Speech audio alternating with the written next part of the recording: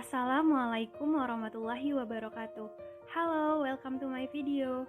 Perkenalkan, nama saya Bulan Fahada dengan NIM 2020-31121 dari jurusan Teknik Informatika kelas D, Institut Teknologi PLN. Hari ini saya akan menjelaskan tentang desain memori utama dan semikonduktor. Yuk kita simak penjelasannya.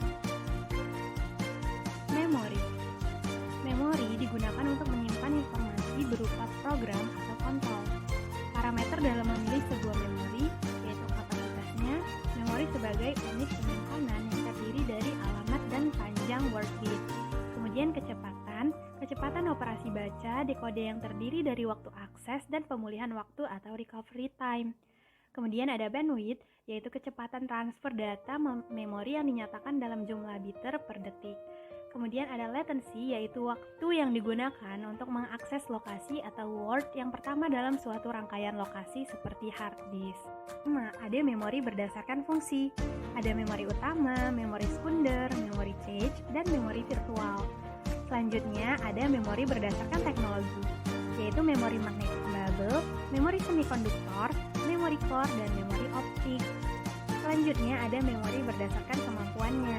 Ada memori baca tulis dan memori baca saja. Kemudian memori berdasarkan akses. Yang pertama ada memori akses acak, kemudian memori akses urut, dan memori akses semi acak.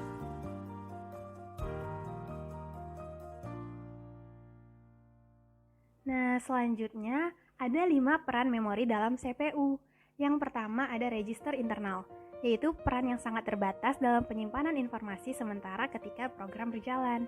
Mempunyai waktu akses yang sangat singkat, hanya dapat diakses oleh CPU, sedangkan yang lain dapat juga diakses oleh program. Kemudian yang kedua ada memori utama.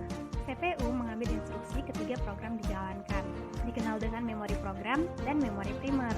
Jenis memori akses acak.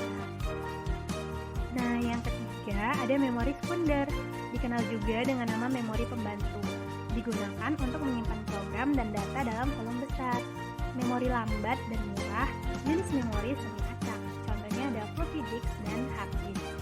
Yang keempat ada memori cache, sebuah penyangga tengah antara CPU dan memori utama. Kapasitas lebih kecil dibanding memori utama. Kecepatan berkali-kali dari memori utama sehingga waktu akses ke memori utama sering diambil alih oleh akses memori cache.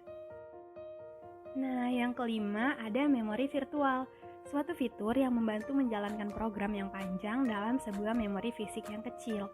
Sistem operasinya dengan cara mengatur program dengan hanya menyimpan sebagian ke memori utama dan menggunakan memori sekunder untuk menyimpan program keseluruhan. Ketika bagian program tidak terdapat di dalam memori utama, maka diambil dari memori sekunder. Selanjutnya, arsitektur ROM atau read-only memory. 4 bagian dasar dari ROM adalah: yang pertama adalah register, decoder baris, decoder kolom, dan penyangga output. Nah, lalu ada arsitektur RAM, yaitu random access memory. Yang pertama, lokasi alamat memori di mana saja dapat diakses semudah mengakses lokasi alamat lainnya dalam memori tersebut, tanpa ada perbedaan waktu akses. Yang kedua, untuk melakukan pembacaan, pertama sel memori dipilih oleh sinyal pilih, kemudian diikuti dengan sinyal kontrol baca. Isi sel diberikan pada data keluar atau DO setelah melewati waktu akses. Yang ketiga, untuk melakukan penulisan, pertama sel memori dipilih oleh sinyal pilih, kemudian diikuti dengan pengirim. Nah, segitu dulu ya penjelasan dari saya. Kurang lebihnya saya mohon maaf. Assalamualaikum warahmatullahi wabarakatuh.